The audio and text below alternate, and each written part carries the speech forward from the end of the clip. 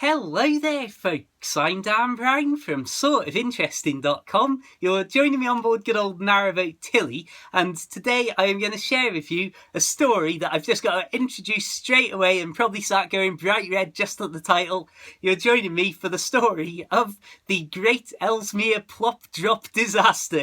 Now, this is a tale that really sums up just how awkward and shy I have always been, and unbearably socially awkward, and also how sort of terrified I was of everything to do with boating, as this is a tale that goes back years and years to the very start of my boat life with narrowboat Tilly.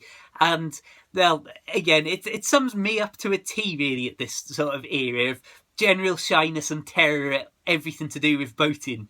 And it's a story that at the time was definitely not funny at all, and got worse as you'll hear the story progresses over a course of weeks beyond what you might initially think of the story being.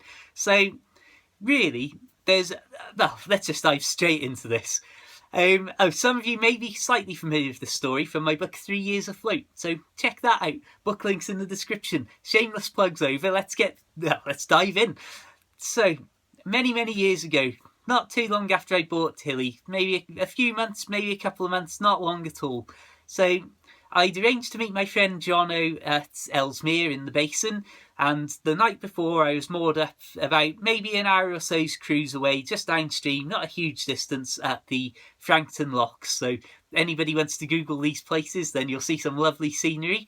And basically, wake up in the morning and it's raining. Of course it is. I wanted to go boating that day. That's just the way it works. So travelling down, you've got this chimney smoking from the fire overnight, which is obviously blowing all over you and making your clothes stink. And then it started to rain heavier, so I had to pull over to the side and run in and grab me waterproofs.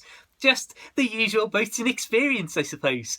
So as I get towards Ellesmere, I think before I meet Jono, I'll empty the toilets and fill up with a bit of water, get the rubbish off board, and just stop at the services for a moment and get these jobs done, rather than having part of the unpleasant task at hand. So the services at Ellesmere are right in the basin where I was intending to meet my friend.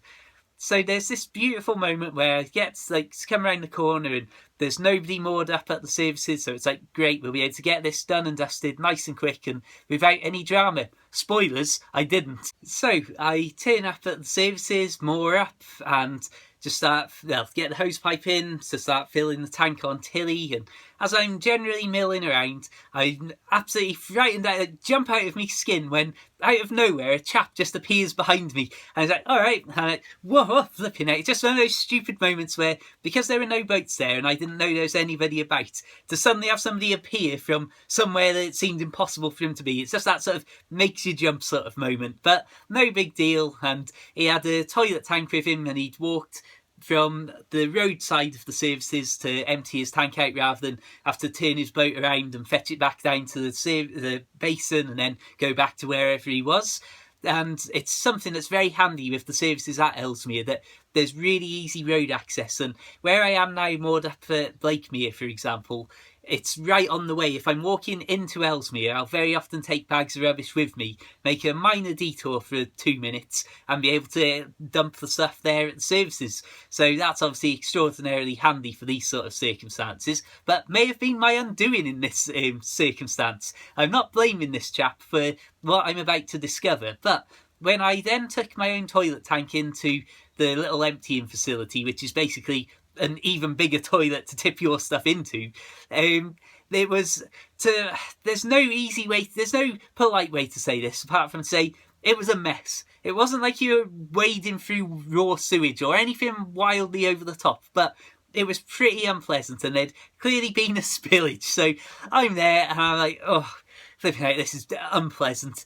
So it's like, hold your nose, do the deed, hope for the best, get out of there. So at this point, I had 2 toilet tanks on board. Again, not to put too fine a point on it, but for emergency storage. So basically, go in there, and while I'm doing this, then another boat turns up. It's like beautiful, absolutely beautiful, immaculately kept boat. And there's a mature couple, we'll word it like that, on board this boat. So they more up and say, all right, yeah, do.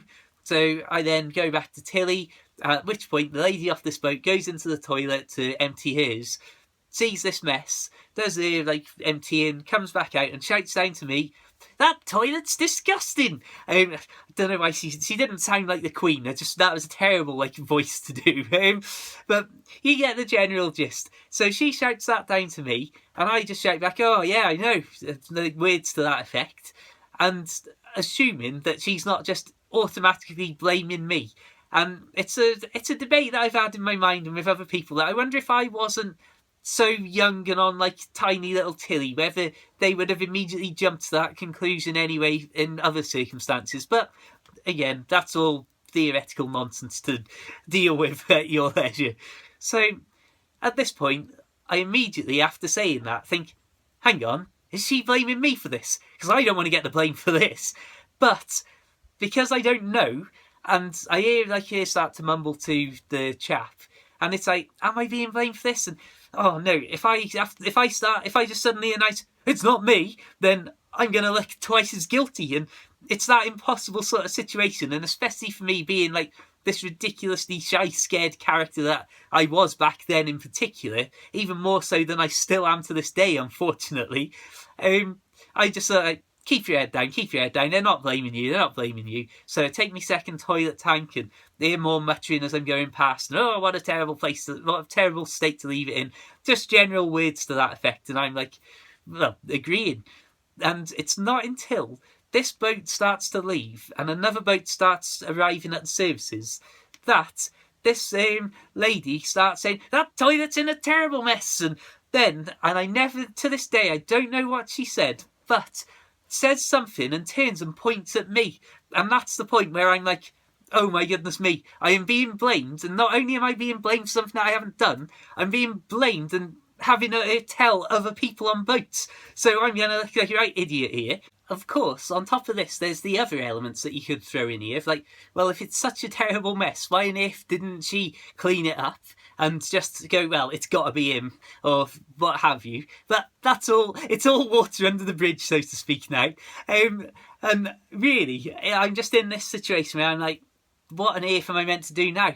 And it's like, am I meant to run in there and just start clearing up this, or what? I don't know. What's the etiquette here? What's the rules? I mean, I was terrified of everything to do with boating at this point, yet alone getting into the nitty gritty nuances of boat toilet etiquette. So at this point, I'm like, oh, flipping heck. So of course I'm thinking, well, I've only really got dusters and stuff to clean up that sort of a mess. You can't just chuck them in the toilet, surely, or leave it in the rubbish, or what have you. And what I've seen people do since then, which I obviously didn't think at the time, is just hose it down. Nice and simple, as much water as it needs to get this job done. And again, it's something that I thought was a really ingenious idea, really, when I saw someone doing it. But it's the sort of thing that at the time, like I say, I was like this, oh no, just let me go inside. Let me never have to see anybody else on the canal ever again, please. So the worst part of this was that because I was meeting my friend, I'd intended to literally moor up about 200 foot away, if that, from this place, just on the other side of the basin. So of course, that's all that done, and me and my friend have a great day and all the rest of it. And as far as I was concerned, it's yeah, lovely stuff. And there's this bizarre moment then where you've got just me assuming that that's really the end of the story, but dreading everything about what might happen. And if she's already been telling people, well, I'm in line of sight, then you're really going to go for it when she gets further away and feels that there's no sort of I don't know, there's nobody there to hold her tail to account or provide any alternative counterpoints or anything like that. So anyway, I don't know, maybe a few days go past, and it's really early in the morning, and I'm basically in bed, but I'm going to be up and out really early to bike goodness knows how far to my friend's house anyway. But I hear, coming through the basin, the sound of a boat nice and early, and then just this female voice going, "That's the boat from the other day, pull over!" And of course then, look out through a crack in the curtains, it's this boat, which has been dubbed forevermore the poo boat by me and my friends, comes past, moors up just ahead of Tilly, and I just see somebody, well, I hear somebody get off, and footsteps come up in a shadow in front of the kitchen window where the boat license number and everything was. And just stop there for a few seconds, obviously taking down this number, and then going back to the boat, and off they go. And of course, I'm like, at that point, like, well, what I did when I heard it say pull over was quickly hop up and be as presentable as I possibly could be, expecting a knock at the door or something. And that never comes, which I was glad about, because I don't know what on earth I would have said, and probably made the situation 10 times worse.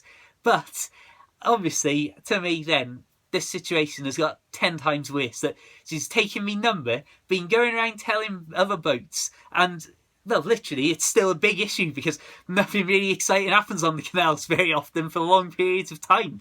So at this point, I'm like, what am I meant to do here? What am I meant to do here? So then, a couple of days go past again, and me and another friend are on the back, and this couple walk past with another equally mature couple, and this woman said, there, that's the one.